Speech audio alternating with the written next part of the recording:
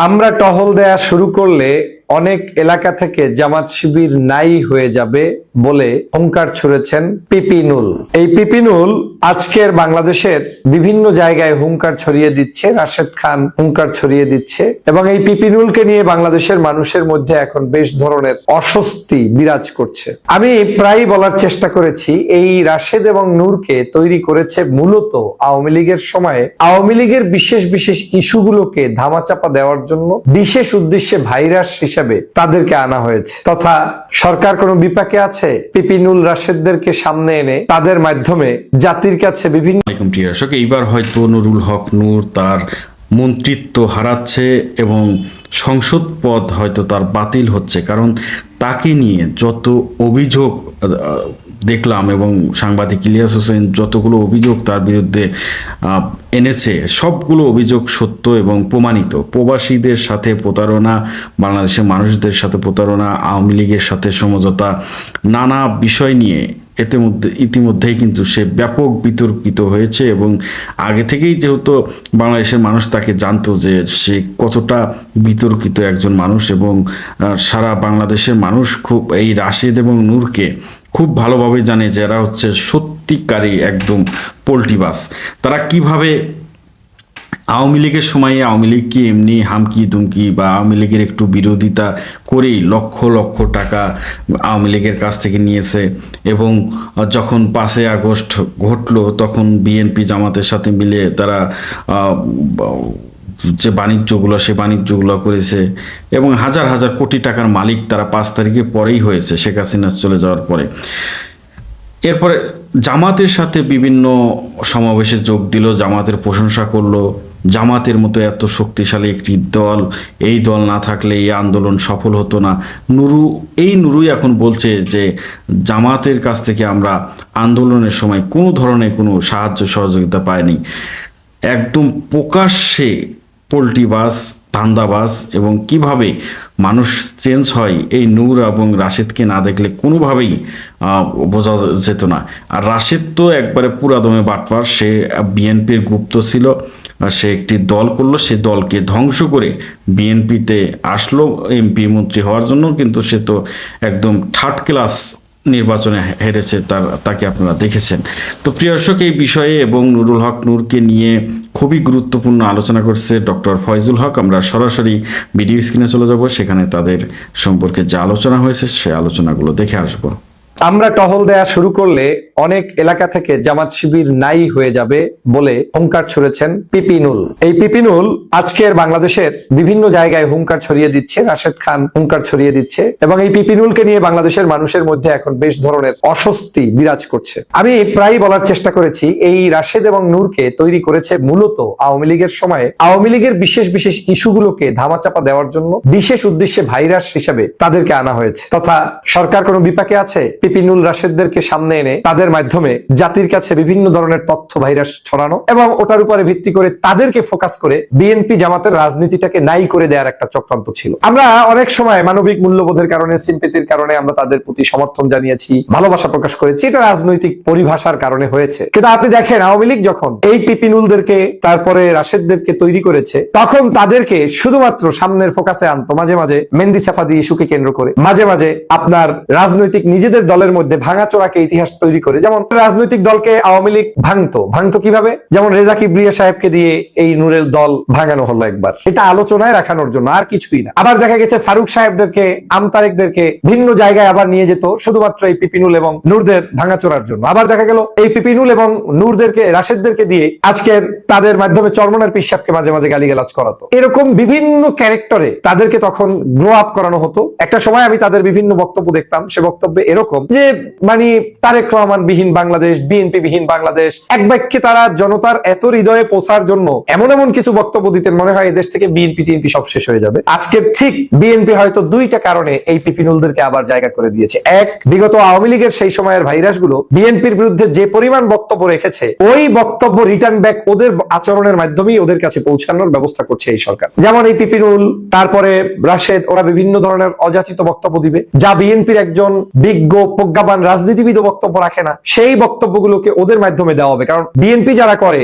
যারা সত্যিকার রাজনীতিবিদ, তারা তো এরকম অশ্রব্য ভাষা ব্যবহার করতে পারে না। তাই তাদেরকে দিয়ে বলানো হচ্ছে যাতে করে জাতি ক্ষিপ্ত হয়ে ওদের উপরে এরকম ভৎসনা কিংবা খারাপ ভাষায় ওদেরকে চিহ্নিত করে, এবং ওদের রাজনীতি কিন্তু শেষ করে দিয়েছে। আমি সেজন্য তারেক রহমান সাহেবের প্রতি কৃতজ্ঞতাও জানাই যে না, আপনি এক অর্থে সঠিক রাজনীতি করেছেন। যে যার দায়িত্ব পাওয়ার উপযুক্ত তাকে দিয়ে সেই কাজটা কিন্তু করাচ্ছেন। আপনি কিন্তু এক ঢিলে দুই পাখি মারছেন। এই বিপিনুর রাশেদ, ওরাই তো আপনার চরম শত্রু ছিল এক সময়। আপনি ওদের দিয়েই ওদেরকে ঘায়েল করে দিচ্ছেন, যেটা যদি পার্স পাতি থাকতো বিপিনুর এবং এই রাশেদদের, তাহলে হয়তো ওরা এই মানুষের ফাঁদে পাড়া দিয়ে নিজের জীবন ধ্বংস করতো না। নিজেও দেখে যে চোখের সামনে বিএনপির বড় বড় মন্ত্রী মিনিস্টার থাকা সত্ত্বেও, বিএনপির বড় বড় স্পোকম্যান থাকা সত্ত্বেও, তারা জামাত শিবির কিংবা কাউকে এরকম একটা হুমকি দেয় না যে আমরা টহল দেওয়া শুরু করলে অনেক এলাকা থেকে জামাত শিবির নাই হয়ে যাবে, মানে গুম করে ফেলবে। সেই বিএনপির মতো নেতারা সাহস পায় না বা বলে না।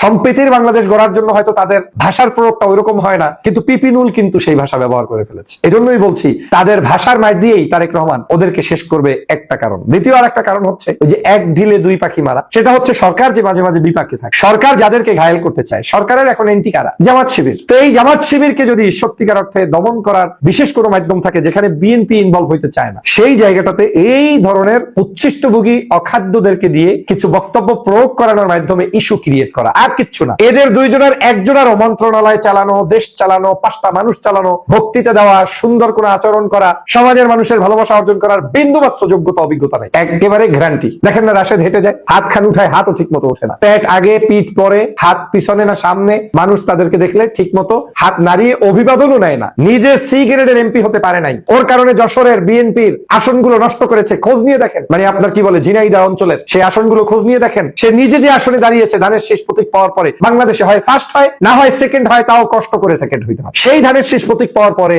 রাশেদ হয় তৃতীয়, জামাত হয় প্রথম, দ্বিতীয় হয় স্বতন্ত্র। এইরকম একটা বস্তা পচা উচ্ছিষ্ট দালালগুলোকে বিএনপি বানিয়ে দিয়েছে সচিব। কেন বানিয়েছে? বানিয়েছে ওরা এখন এই কাটা দিয়ে কাটা তুলতে চায়। বিএনপি এক অর্থে, ওই যে একটু আগে প্রশংসা করলাম যে পরিমাণ বিএনপি গালিগালাজ করেছে এই রাশেদ এবং নূর, সেই হিসেবে রাশেদ নূরদেরকে বিএনপির এরকম একটা শাস্তি দেওয়ার জন্যই এরকম মাঠে ছেড়ে দেওয়া উচিত ছিল, গলায় রশি বেঁধে, যাতে মানুষ ওদেরকে ভৎসনা দেয় এবং ভৎসনাগুলো আলটিমেটলি মানে ওদের রাজনৈতিক ক্যারিয়ার ধ্বংসের কারণ হয়। সেটা বিএনপি করে দেখিয়েছে। শোনেন, এই জাতীয় লোকদেরকে তৈরি করা হয় মাঝে মাঝে রাষ্ট্রের বিশেষ কিছু পারপাস সাফ করানোর জন্য। এরা কখনোই রাষ্ট্রের সত্যিকার রাজনীতি বুঝে মাঠে আসে না। রাজনৈতিক শিষ্টাচার থাকতে হবে, রাজনৈতিক আদর্শ থাকতে হবে। আপনি বিএনপি না করতে পারেন, আমি ধানের শীষ না করতে পারি, আমি জামাত না করতে পারি, কিচ্ছু আসে যায় না। কিন্তু আমার দুই ঠোঁট, আমার জিহ্বা, আমার বক্তব্য, আমার যে কোনো কিছু একটা ডেস্টিনেশন থাকতে হবে, যে আমার টার্গেটটা কোথায়, আমি কি বলতে চাই, কোথায় যেতে চাই। আমার রাজনৈতিক সূচনা যদি হয় কোন একটি আদর্শের উপরে লক্ষ্য রেখে, আদর্শের জায়গায় আমাকে যেতে হবে। হ্যাঁ, আমাদের 19-20 হতেই পারে। রাজনৈতিক কৌশল হিসেবে আপনি অনেক কিছু করতে পারেন, কিন্তু তাই বলে রাজনৈতিক কৌশল কি শুধু রাশেদার এই পিয়ন, আপনার কি বলে পিয়ন রাশেদার এই পিপিনুলের মধ্যে সীমাবদ্ধ? আজকে সেজন্যই বলছি যে আমাদের এই রাজনৈতিক শিষ্টাচারটা ধ্বংস করে দিচ্ছে এরা, এই মাঠটাকে নষ্ট করে দিচ্ছে এরা। এদের চরিত্র হচ্ছে পরগাছা সিস্টেমে থাকবে। আমি গতকালকের একটা টকশোতে বলেছিলাম, এই রাশেদ বিএনপির বিরুদ্ধে বড় বড় কয়েকটা অভিযোগ তুলেছিলেন, তার মধ্যে হচ্ছে এক দল খাইছে আর এক দল খাওয়ার জন্য আসছে। এই পিপিনুল বক্তব্য দিয়ে বিএনপিকে কটূক্তি করেছিল, বিএনপিকে কটূক্তি করে বলেছিল যে যেই লাউ সেই কদু হবে এরা যদি ক্ষমতায় আসে। বিএনপিকে কটূক্তি করে বলেছিল সংস্কার চায় না, মানে তখন তো তিনি সংস্কারের পক্ষে বক্তব্য দিয়েছেন। সে কারণে বিএনপির একজন এমপি, বর্তমান এমপি আমাদের নীলুফার চৌধুরী মনি আপা, গত পরশুদিন বাংলা ভিশনে তার সাথে আমি টকশোতে কথা বলেছি, তার সামনেই বলেছি, তিনি বলেছিলেন বিপিনুর হচ্ছে আপনার গিনিপিক, এবং এই শতাব্দীর গিনিপিক হিসাবে তিনি মানে শেখ হাসিনার মা হিসেবে শেখ হাসিনাকে স্বীকৃতি দিয়েছেন। আবার রাজনৈতিক অন্দনটাকে নষ্ট করছেন, তাকে আওয়ামী লীগ মাঝে মাঝে মারে, আবার বিকেলে সে দাঁড়িয়ে যায়। এটা আওয়ামী লীগের একটা বি টিম হিসাবে কাজ করেছে বলেছে আমার সামনে, সেটার প্রতিবাদ কিন্তু সেই নীলুফার চৌধুরী আপা করতে পারেনি। তাহলে এখন আমরা বিগত দিনে এদেরকে কেন উরুর নিচে রেখে, পায়ের নিচে রেখে, ঢাল বানিয়ে ওদেরকে রক্ষা করেছিলাম? এর কারণ ছিল ফেসিবাদের বিরুদ্ধে আমাদের চিন্তা ছিল যে আমরা সবাই এক। এখানে যেই হোক তার জুলুম, নির্যাতন, অত্যাচার তার উপরে কেউ করুক, এটা আমরা চাইনি। বিশেষ করে আমি চাইনি। নূরের ব্যাপারে আমার আলাদা একটা সম্মান ছিল কয়েকটা কারণ। এক, নূর ঢাকা বিশ্ববিদ্যালয় নির্যাতিত, নিপীড়িত একজন ছাত্র নেতা থেকে ছাত্র শিবিরের ভোট পেয়ে ভিপি হয়েছে, ফাইন। নূর বাংলাদেশে আওয়ামী লীগের সময় আন্দোলন সংগ্রাম করেছে, তার কথাবার্তায় মনে হয়েছে যে না, তিনি আসলেই আদতে সংস্কার চান। কিন্তু এখন দেখেন ঠোঁট বন্ধ করে বসে আছে, কুলুক লাগিয়ে বসে আছে। ঠিক আওয়ামী লীগ যেভাবে গুম করতো, খুন করতো, এই যে বিপি নুরুল হক নূর, আমি তো চ্যালেঞ্জ ছেড়ে দিচ্ছি, শুধু এই একটা শব্দ চায়নের কারণে বাংলাদেশের যে কোনো প্রান্তে একটা জামাত শিবিরের কেউ যদি নাই হয়ে যায়, তাহলে তো নূরকে এটার জন্য বিচারের কাঠগড়ায় দাঁড় করাতে পারবেন কোনো কথা ছাড়া। কিভাবে বলতে পারে যে আমরা টহল দেওয়া শুরু করলে অনেক এলাকা থেকে জামাত শিবির নাই হয়ে যাবে? জামাত শিবির নাই হওয়া সংগঠন বিগত দিনে দেখেন নাই? এই জামাত ছাড়া আন্দোলন সফল হতো না, এই মন্তব্য নূর করেছে। আমার সাথে জাতীয় সমাবেশে বক্তব্য দিয়েছে। সেই মানুষগুলোর পরিবর্তন দেখলে ঘৃণা লাগে, থুতু ফেলতে ভয় লাগে, খারাপ লাগে যে কাদের দিকে থুতু ফেলবো। এই রাশেদ সাহেবদের সাথে কত টকশো করেছি, কিন্তু আজকের এদের আচরণটা ফেসিবাদকে ছাড়িয়ে গিয়েছে। প্রকাশ্যে হুমকি দিচ্ছে যে নাই করে দেবে। নাই করবা থেকে নাই হতে হতে জামাত শিবির এই পর্যায়ে চলে এসেছে, তাদের নাইয়ের সংখ্যা গুণেও নাই করতে পারবে। আশা করি পুরো ভিডিওটি দেখেছেন এবং বুঝতে পেরেছেন। প্রিয় দর্শক, কথা বলেন আমাদের সবার পরিচিত প্রিয় মুখ, সাহসী ব্যক্তি, সাহসী মানুষ ডক্টর ফয়জুল হক। বাংলাদেশের মধ্যে তিনি একমাত্র ব্যক্তি যিনি দলের সুসময়ে দল থেকে পদত্যাগ করেছেন। 16-17টি বছর আওয়ামী লীগের ব্যাপকভাবে তারা নির্যাতিত হয়েছে, নিপীড়িত হয়েছে, পরিবার নির্যাতিত হয়েছে, মানসিক শারীরিক সব দিক থেকে তারা ব্যাপকভাবে হয়রানি এবং নির্যাতনের শিকার হওয়ার পরেও যখন 24 সালের 5ই আগস্ট শেখ হাসিনা পালিয়ে গেল, তখন কিন্তু এই ফয়জুল হক দেশে এসে রাজার হালে জীবনযাপন করতে পারত, গাড়ি ঘোড়া নিয়ে। এবং তাকে দেখলেই তো মানুষ ভয় পেত। আওয়ামী লীগ থেকে কোটি কোটি টাকা, বিভিন্ন সাইড থেকে কোটি কোটি টাকা এমনি আসতো। বাকিরা যা করছে এখন আর কি, নূর রাশেদ এরা তো অন্য দল থেকে এসে বিএনপিতে এরকম কার্যকলাপ করছে।